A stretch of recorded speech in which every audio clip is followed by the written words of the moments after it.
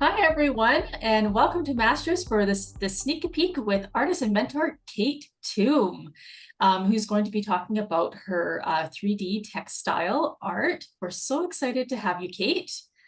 Hi, thank you. Thank you for coming. At Mastrius, you get personal feedback, teaching, advice, and support from a master artist of your choice so you can reach your goals in your style at your pace. I'm your host, Anaid Jones, and today I'm thrilled to introduce Master's mentor, Kate Tume. And now, Kate, I'm just gonna a little bio for you. Thank you. Kate Tume is an artist from West Sussex in the UK. She works in textiles using a variety of self-taught hand techniques, including gold work, stump work, embellishment, and surface embroidery. Her work explores themes around grief, transformation, and divinity. She has over 16 years professional practice and creates both 2D and wearable sculpture. We're super excited to what your work is all about, Katie. Thank you.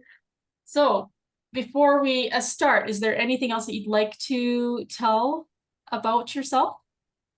Let's let the work and they'll speak for me, and we'll just get straight into it. I think that's probably the best way to get to know Sounds me. good. Okay, so yeah, why don't you tell us what you're going to show us today?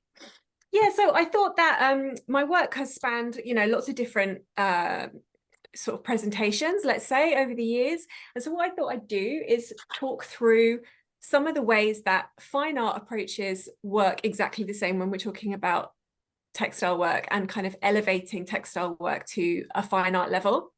Behind me is one of my portraits that I was doing a couple of years ago, these large scale animal portraits, which was exploring lots and lots of different themes. Now, the title of this piece is "We Will Suppress You."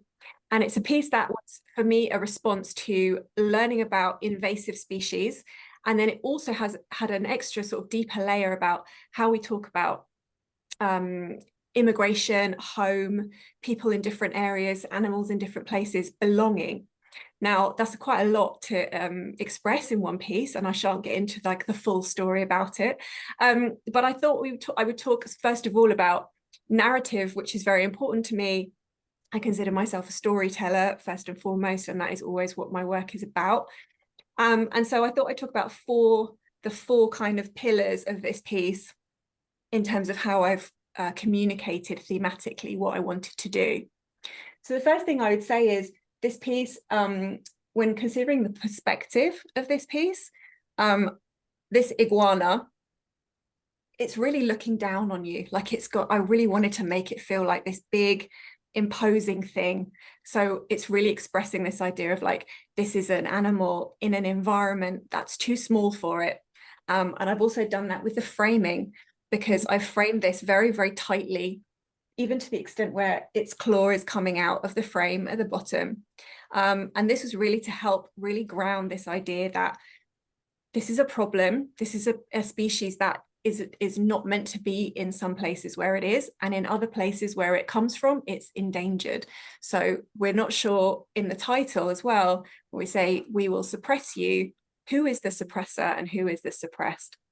And so this is really those two things together. I really wanted to communicate the sense of scale, the sense of like tightness and discomfort. So it feels like it really wants more space. It really kind of needs, it's very tight in here, and there's a lot of color.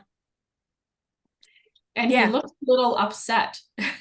He does look a little upset, and I'm glad you said that, because that's also to do with the color choices that I've made. Iguana actually flush orange when they're stressed. Okay. So normally they are gray, a greeny gray, when you see them kind of relaxed and in their natural environment. But often when you see them in captivity or when they're feeling threatened, they will flush orange. And so it's on this background of like very vibrant orange. And I'm going to bring it a little bit closer so that I can show you some of the detail of the texture. And as I do, I can probably that's really interesting. All the glitter, right?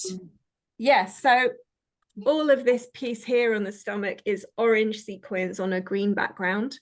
Okay. There's a lot of stuff going on. a lot of texture, a lot of sparkle. It's a really textural piece. And that is something that I love to do. That's one of my favorite. There we go.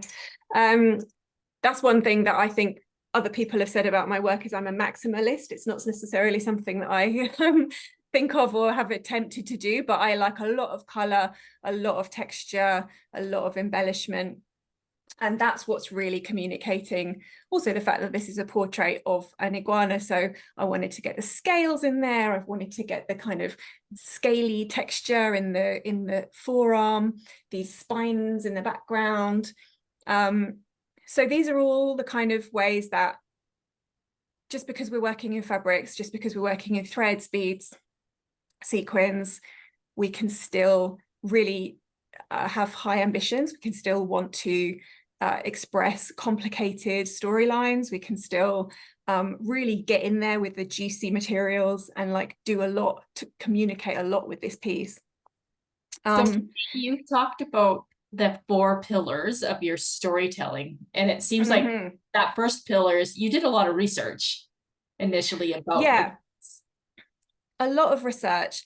And a lot of my work in the past has been quite political, and I've wanted to sort of really investigate quite a lot of quite complicated themes, very much around sort of, well, starting from a place of environmentalism and the kind of loss of our natural world and why that is, and how we talk about that and how that is presented to us.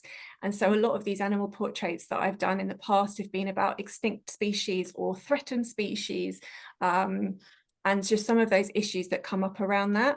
And a lot of research, I have done a lot of research to do that, because I really feel like that really helps you have a very deep connection with the piece that you're making.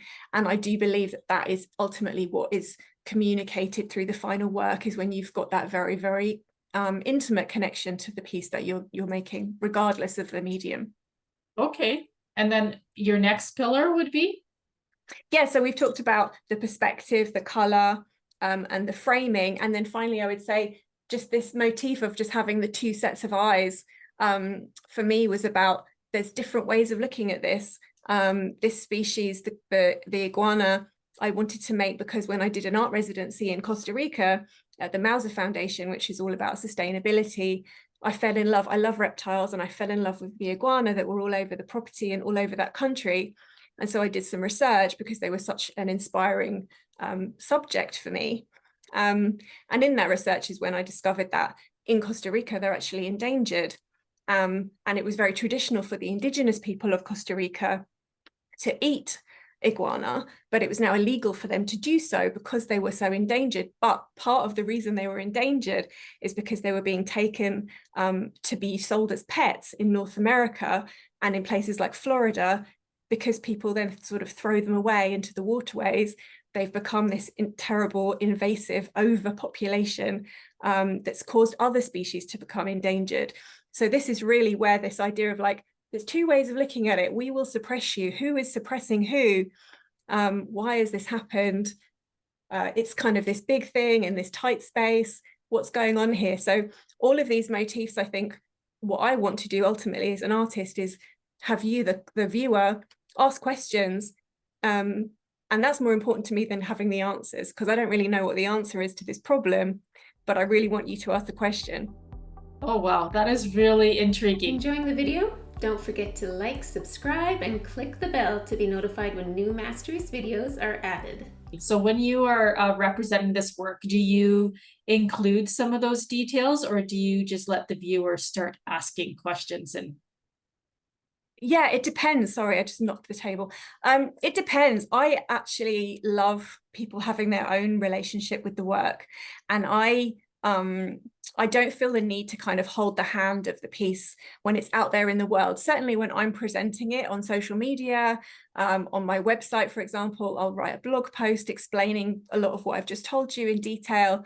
But when it's out there being exhibited, I don't really include that kind of stuff, because I'm just so fascinated by what people think it is about. And I think that's what's so beautiful about art as well, is what does it inspire in other people?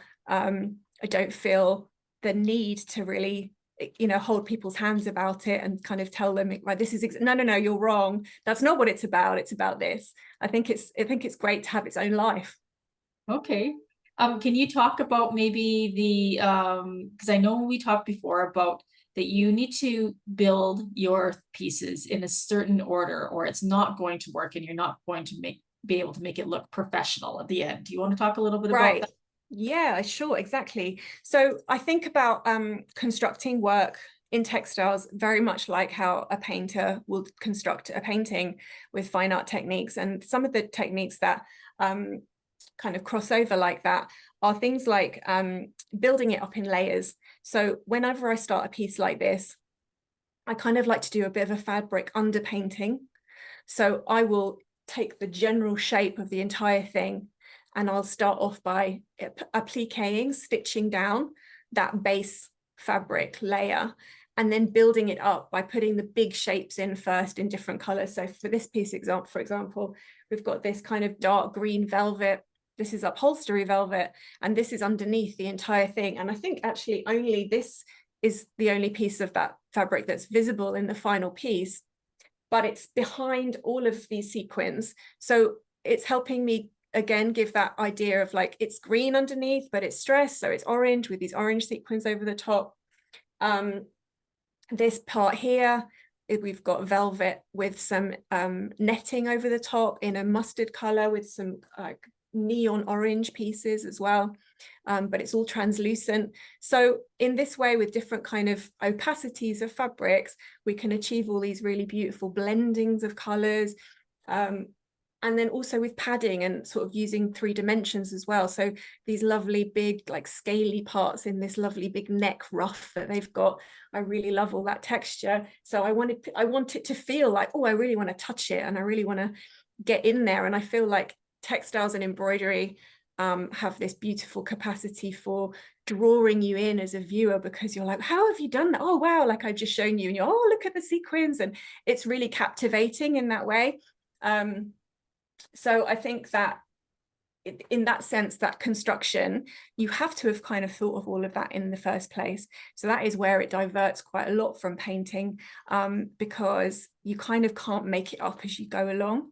There's definitely a lot of thought and planning that goes into thinking, okay, so look at what I've got, look at what materials that I have, and how am I going to, you know, create this sense of perspective.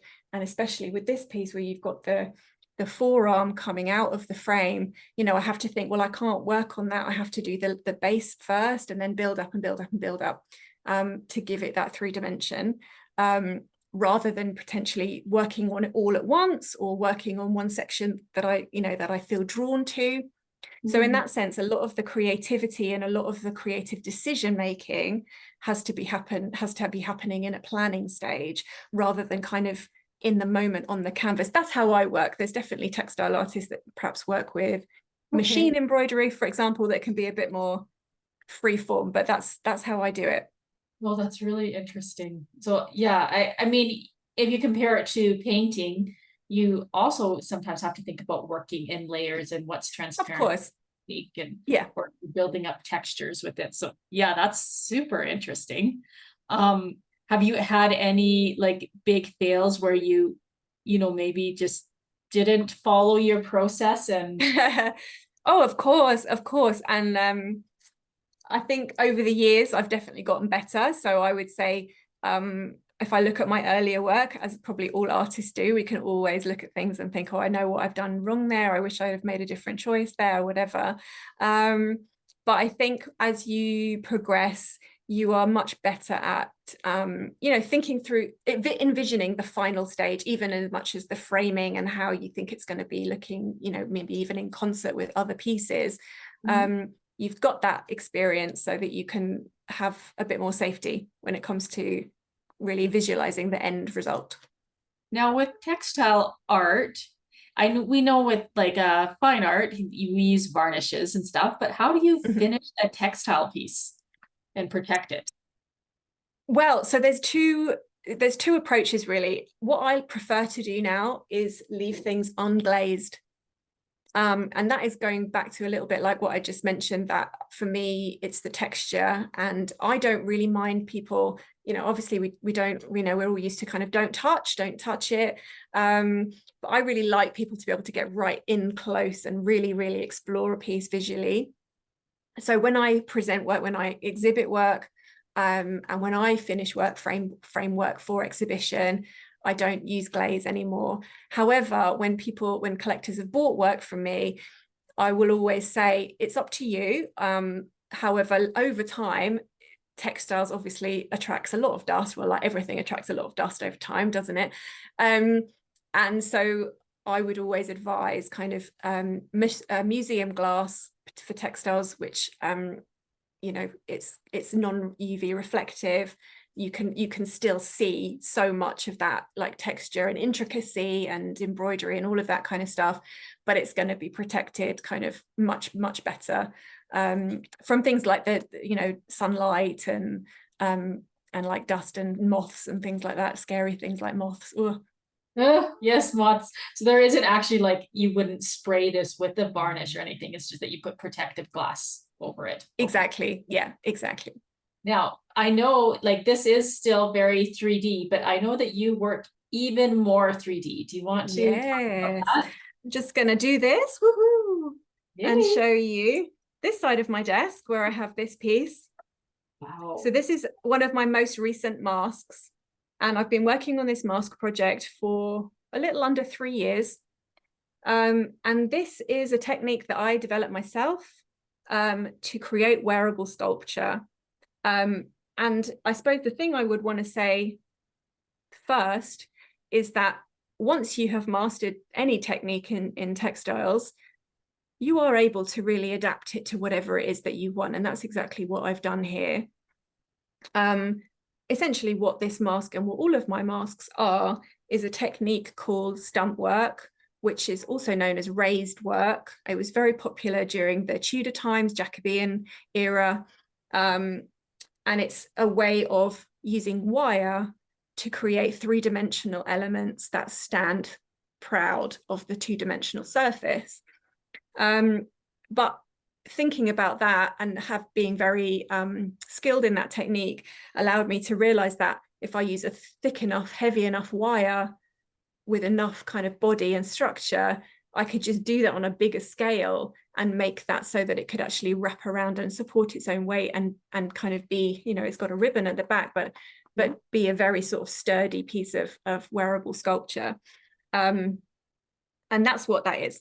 So I've always loved masks, and I'm very excited by Okay, yeah, by two questions. So what is the material over the wire? And then can you talk about the narrative that you're creating with your masks?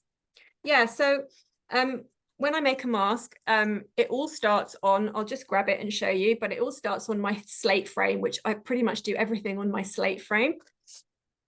And my slate frame is this. Whoop. Oh God, it's so huge. It's a giant, 1 meter, it's 1 meter long. It's 1 meter long. And it starts with heavy cotton fabric, no stretch. And then what I will do is they all start in cardboard. So for this mask next to me, they've all started with a cardboard pattern, which then allows me to sort of mold it to my face and understand kind of how it's going to be. And then I've got the width, then I know how wide it needs to be able to sort of come around and how these pieces are going to be, and also obviously where the eyes are going to be, which is very, very important. I've got another one here. Yeah, I've got another one here, which is for like a rabbit mask that I made. So it all starts with just pieces of cardboard. And once I've got that, I can then draw around it on my fabric. And then I will go through the process of stitching that heavy wire down around the edge and around the eyes to give it structure. And then what I do is I actually buy medical grade mesh, metal mesh, which again is pliable, but has holes enough big that I can put my needle through it when I'm later on embellishing it. So again, there's so much thinking about, okay, well, if I put something in the mask in the middle of this sandwich that I'm making to give it structure, because otherwise it's not going to be supportive enough to have all of this additional embellishment and like beautiful, like three-dimensional things, and it needs to support that, but it can't be solid because then I can't stick my needle through when I'm putting all of that on. So I source this mesh, and then that can be put on in strips so that I have a piece here so that the forehead can be bent and stays in that bent shape, and around the jaw and things like that. That will all get stitched down in a special embroidery stitch called buttonhole stitch. That all goes around the edge. Then goes on a layer of felt, and that is my ground fabric. So that is this one is white felt because all of these are see-through sequins going on top. So I wanted the whole face to be white. So we'll put that on, stitch that all down. Any holes that I'm doing, so like I'm very fond of having sort of earrings and tassels and things coming off of the mask, and thinking about things like bells and sound and movement. And so I can bring in all these other elements that we don't normally get to play with static pieces of work necessarily, and how I'm going to have like three-dimensional things. And so all of that can go on. That's the fun bit. But before I've done that, I have to do this very technical foundation sandwich, which I guess, yeah, if we're going back to sort of comparing it to painting, it's the priming, it's the glazing, it's all of that kind of stuff. And like, oh, I have to, yeah, the underpainting. It's like, oh, I have to do it. The drawing, you have to do it, but it means you get the success of the finished piece. Yeah, absolutely.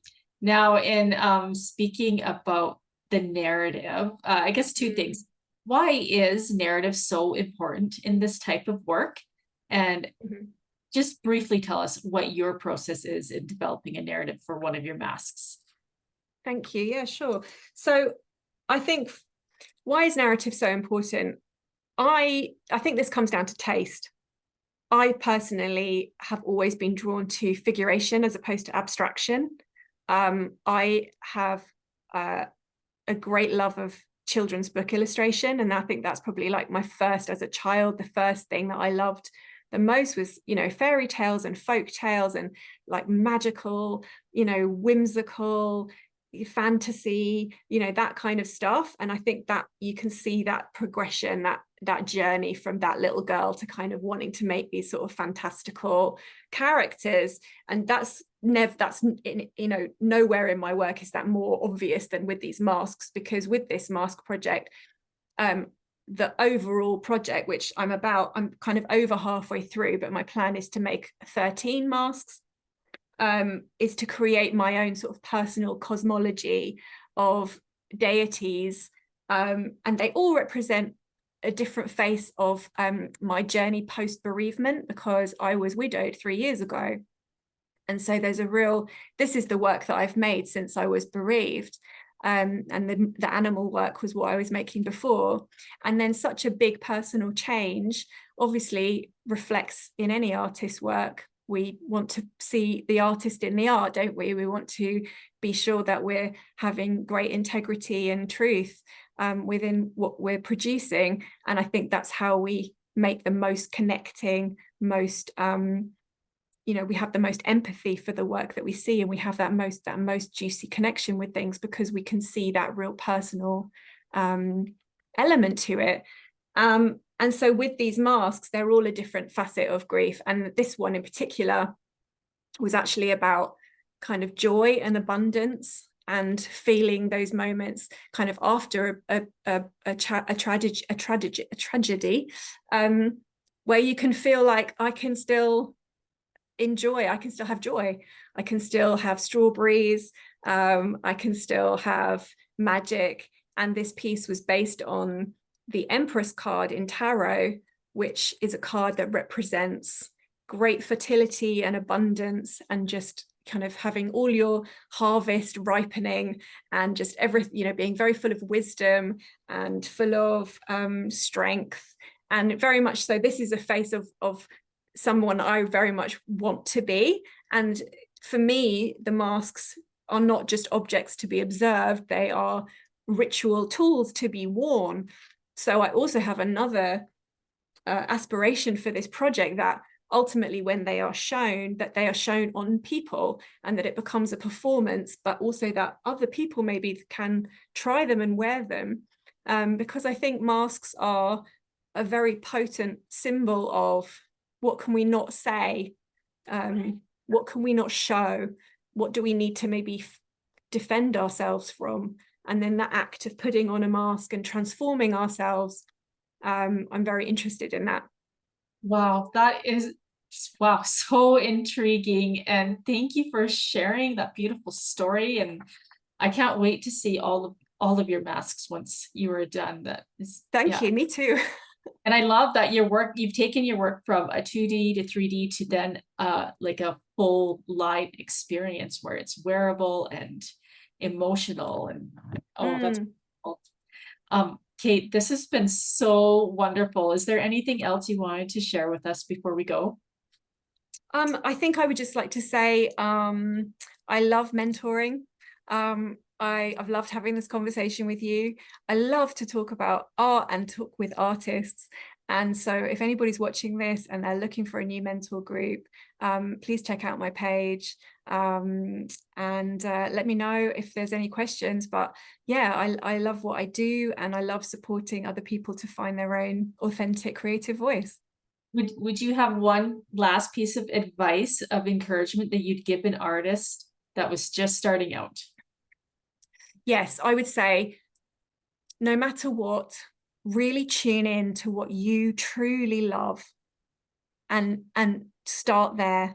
Because when I was starting out, I got very lost for a few years because I was very worried about, well, what do people actually want to buy? What does the audience want me to do? And what is commercial? And that sent me down a path that meant that I was not making the work that was the truest work for me. And it wasn't as good.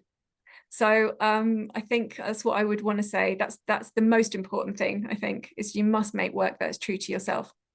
I love that. That is such wise advice. Thank you so much, Katie. And Thank you, Renee.